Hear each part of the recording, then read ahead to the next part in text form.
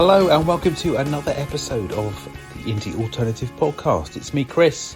On this episode, I'm delighted to be joined by Iwan Gronow of the band Sea Fever. So Sea Fever are a bit of a supergroup.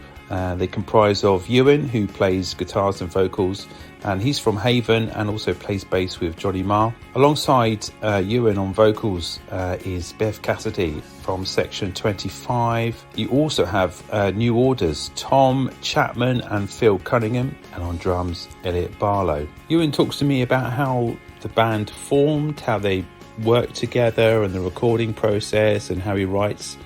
He also talks a bit about Haven and working with Johnny Marr. It's a really good chat. I've put links to their music in the show notes, so make sure you check it out if you haven't done so already. And just before we hit the interview, just another quick reminder of the ways you can support this podcast. Make sure you follow on all the social platforms. You can find me on there, and there are links as well in the show notes. Also, if you want to support financially, you can. As you know, I don't have any sponsors or advertising, so if you want to buy me a virtual coffee, you can do that too, and links again in the show notes. And lastly, if you want to write a review or give a rating, that would be great. Anyway, that's it for the waffle. Here's Iwan. Welcome to the podcast, Iwan. How are you? Oh yeah, Chris, I'm good, thanks. Yeah, good. How's life treating you? It's good. We've been quite tired because I've just had a little boy who's like 2 months old. Well, a bit over 2 months old. So, it's brilliant, but obviously not much sleep. Yeah. But, no, it's been nice, but it's been trying to get used to a completely different sort of schedule. Yeah. Is that your first? Yes. Yeah, it's our first. Lauren's first. Yeah. So yeah, it's been great. It's really nice. It's just sort of getting to that point where he's sort of like smiling a bit and looking at you a bit more now, which is sort of nice moments. My two are I've got two boys that are 11 and 8, and they don't want to know me anymore. So enjoy this bit while it lasts. Yeah, these are the good bits. This is the golden area where they don't look at you like an absolute twat.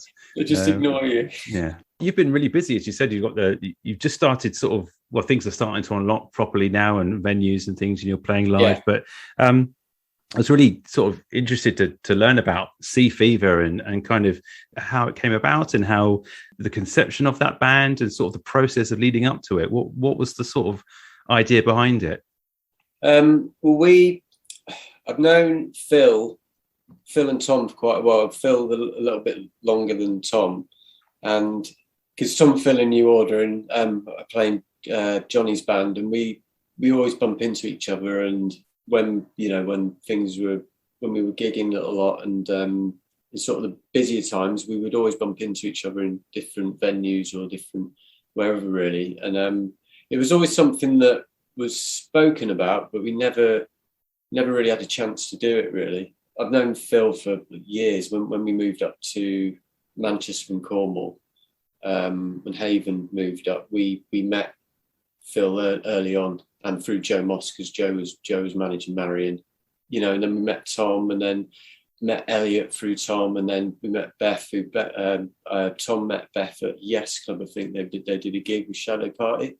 It was something that was always a bit spoken about, and Tom sort of said that he knew some, Beth, and he knew and Elliot, and we decided to sort of turn it into a band. But Tom came round to my house and just had loads of music really, and I always kind of I was doing some solo stuff and sort of learning how to sing really, and learn how to write lyrics, and he left a lot of music, and I enjoy listening to someone's sort of style of music and then trying to sing on top of it. And we didn't really know what it wasn't. I don't think we thought it was going to turn into like a band.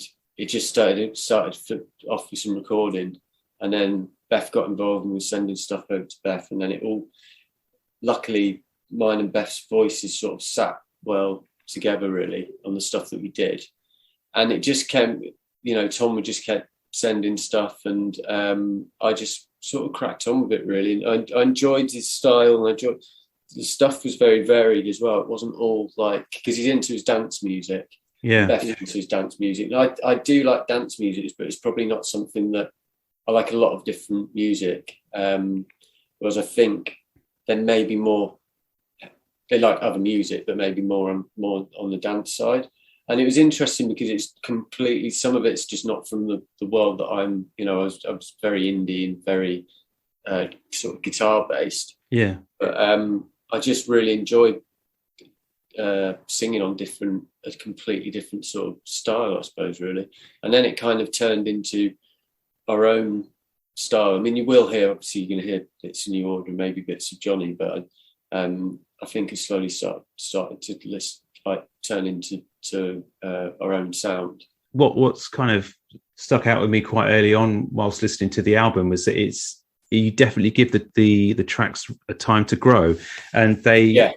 I wrote down notes before we talked about this, the brooding intro, and you don't get that very often, and it's like it's nice to just hear a track develop, and you get the idea, and the stems are coming in, and then it builds and builds, and I just thought that was quite rare. Was that something that came by accident, or was that always kind of an intention to sort of let these tracks breathe? They're all quite different.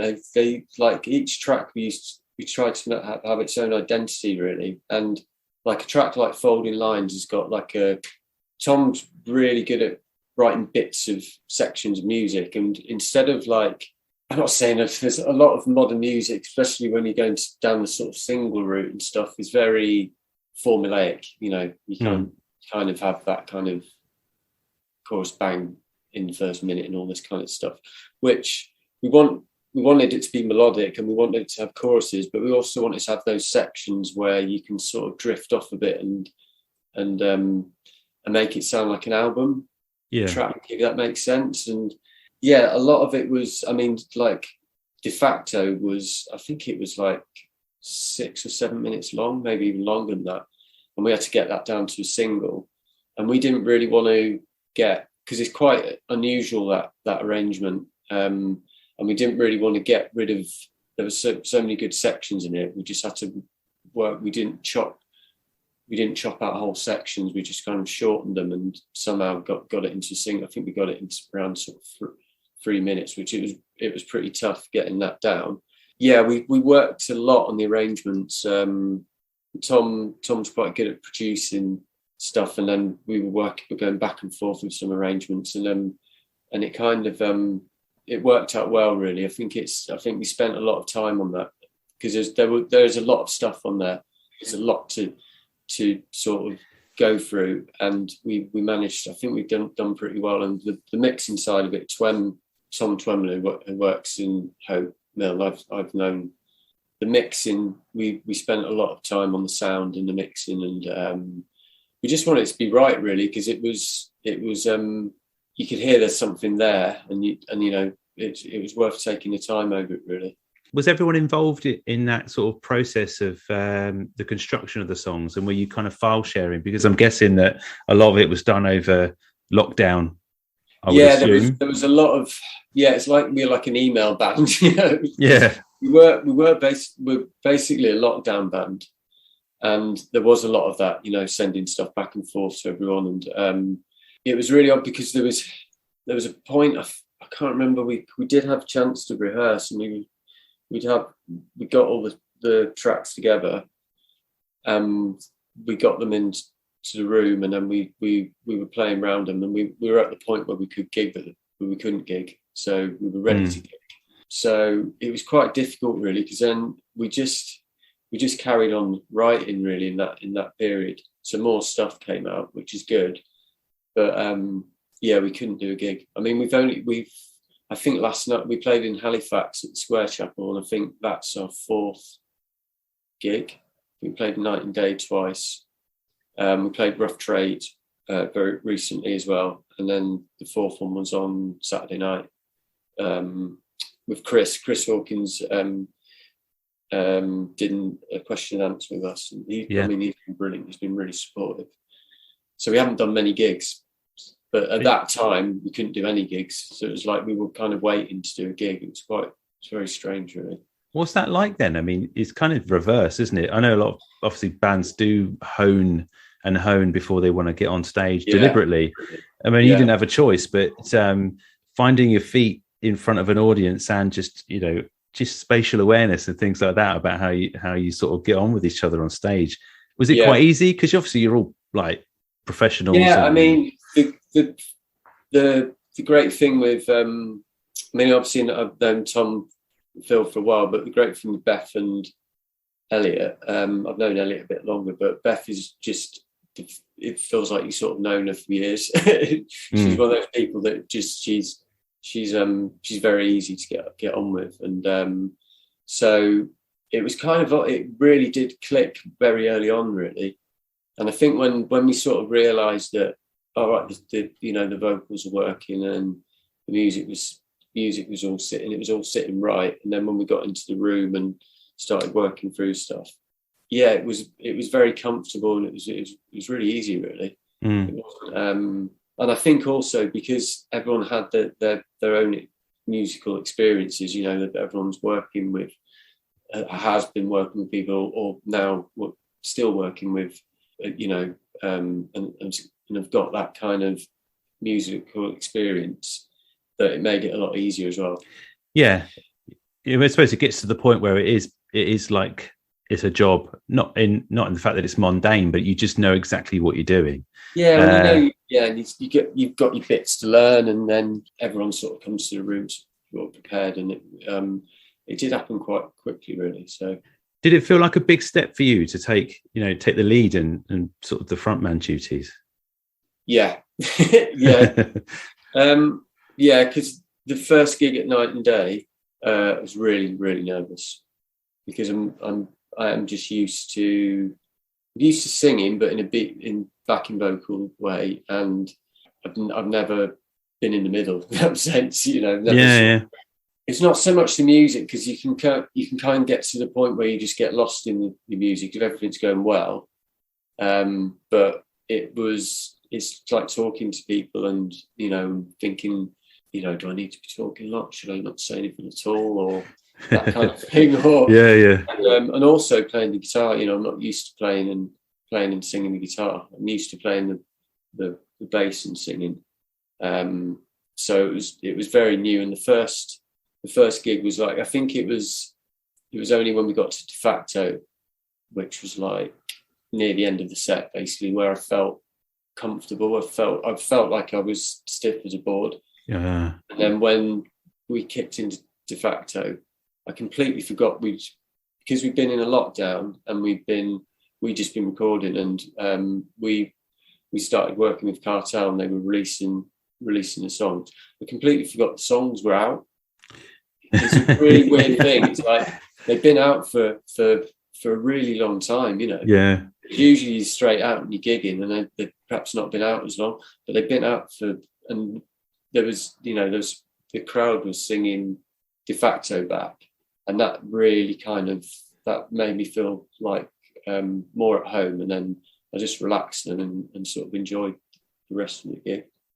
Were you doing the lyrics yourself with songwriting duties? And I guess that's obviously, I mean, is that a new thing for you? Have you done that previously with the other bands, with Haven and? No. I did some writing with Haven, but it had been music wise. But lyrically, no.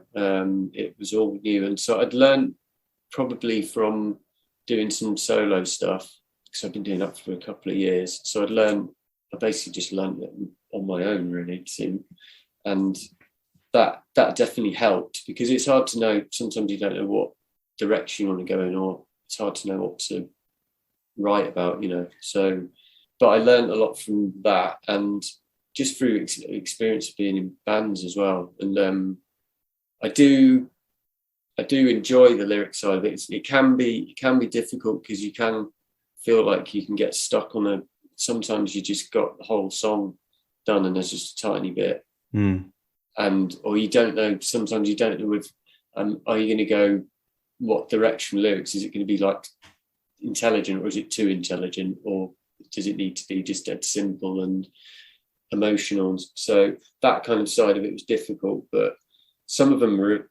were really quick, but there's always like ones that take a little bit longer. And and Beth, the bits that she's done, and obviously the track Le Coup, she's written the lyrics on those tracks. It's not an easy process, really. It's not. It does take. I think that takes most of the time up, really. Yeah, and you get all the melodies, and then you're humming and hawing, and you kind of got rough words, but just stupid words, and then it's like turning it into something that maybe someone could sing back at you, or that's going to be memorable. I suppose that's the difficult part of it. I think as well that the music itself lends itself towards being slightly more abstract as well. I would have thought, because you can play with the lyrics and just sort of the themes and stuff quite easily with it. I would say, if it was definitely the music definitely does help. I remember doing Crosswise, and that was the quickest one out of all of them, and that had sometimes you sort of visualize stuff, like wires and dark sort of like big buildings and all this kind of stuff, and sometimes it'll happen like that, and once you've got that sort of chorus line, or the doesn't necessarily have to be a chorus, but or the sort of it feels like you've got the hook of it. It does. That one came like the quickest, I think, out of all of them. And were you always thinking that maybe a dual vocal would be a good idea, like having someone to sort of offset in that way? It was more Tom's. I think Tom's always wanted to have like the two vocal thing, and it is a difficult thing. It's hard, but it was hard for us at the start. But we feel like we can it's it's getting easy, really. But it's not an easy process for both of us sometimes, because especially when you're mixing and stuff like that and putting everything together, it's quite hard to like process it all and make sure it all like blends well, and then what and is right for the song, because the main thing, it's got to be all about the song at the end of the day. It adds a great dynamic. And as also you mentioned at the start, I mean, Beth and yours vocals do mix really well, and it's I wouldn't say they don't there's no overshadowing or overlapping. It's just quite nicely placed. we didn't even know that. We weren't sure if they would sit together. You just don't know, really. And what's good is she's got a sort of a different range, which sits well with my sort of range. And when we listened back to it, it was nice to sort of hear that they kind of like the blend well, because you just don't know, because it might have not worked. It could have not worked. It was kind of by chance, really. So. Who are your musical influences then, Ewan, growing up, and what got you into sort of bass? Well, I started on the guitar. My dad's always been heavily into music, and he was in a punk band called the Wolf Boys back in long time ago. And he had a track called "Feeling Hard," which is like quality. It's like pretty embarrassing, but he did.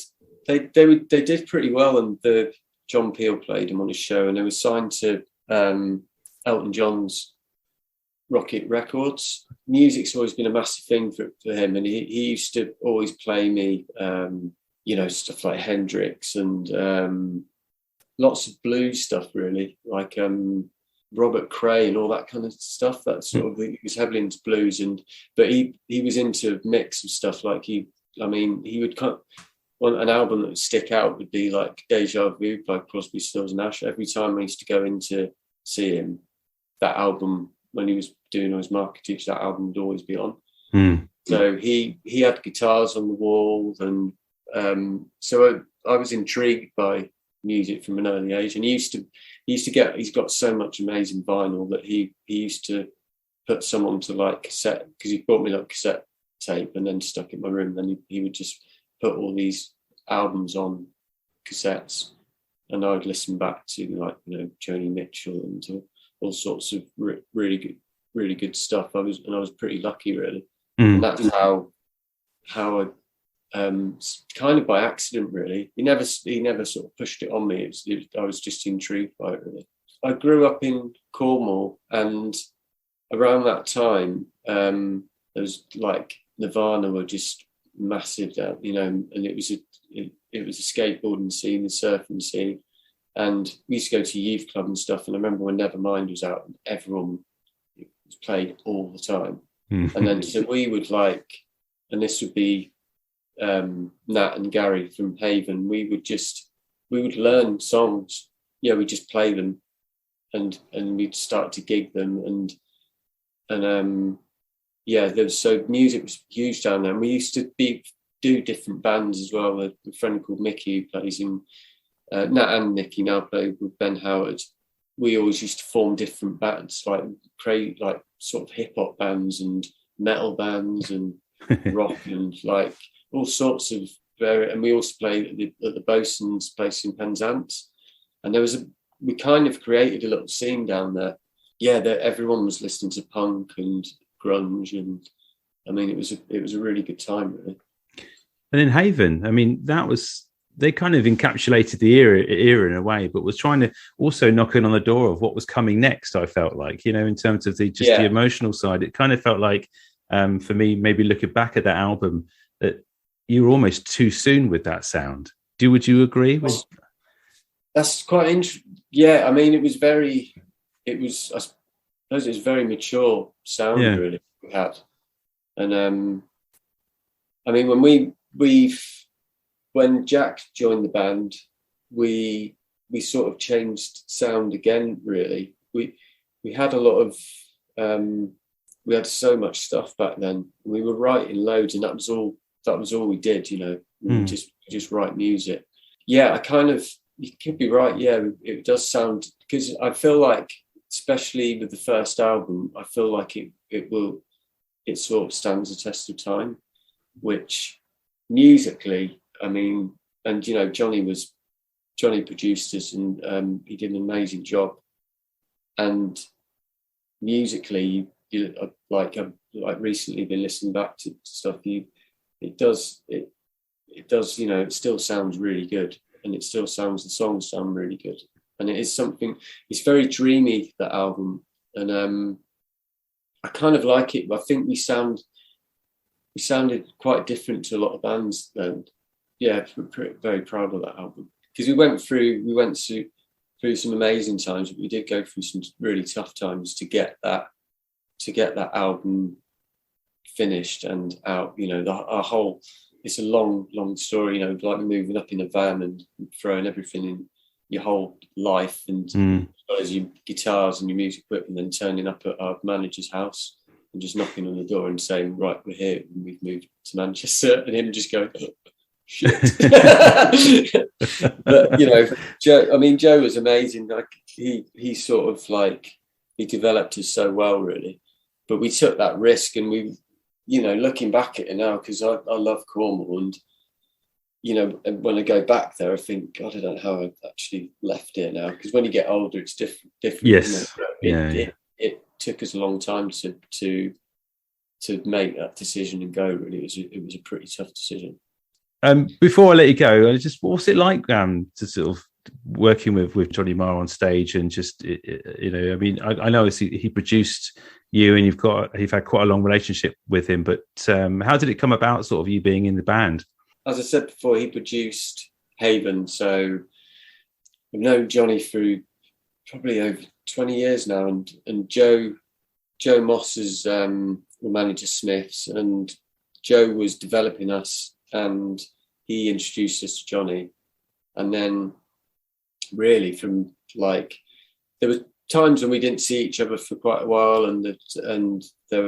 but in that 20 years there was quite a lot of time spent together, like all getting to know each other, and he's just been great, really. And he's sort of taught not just about music, about all sorts of stuff, really. And it just came to the point where I ended up in his band, really, and I think it must be like 10 years now. We've done a lot of his solo stuff, but he's been brilliant, and he's just like, you every day with Johnny, because he's got such a strong work ethic. He doesn't stop, and you come away learning stuff like every time you see him, really.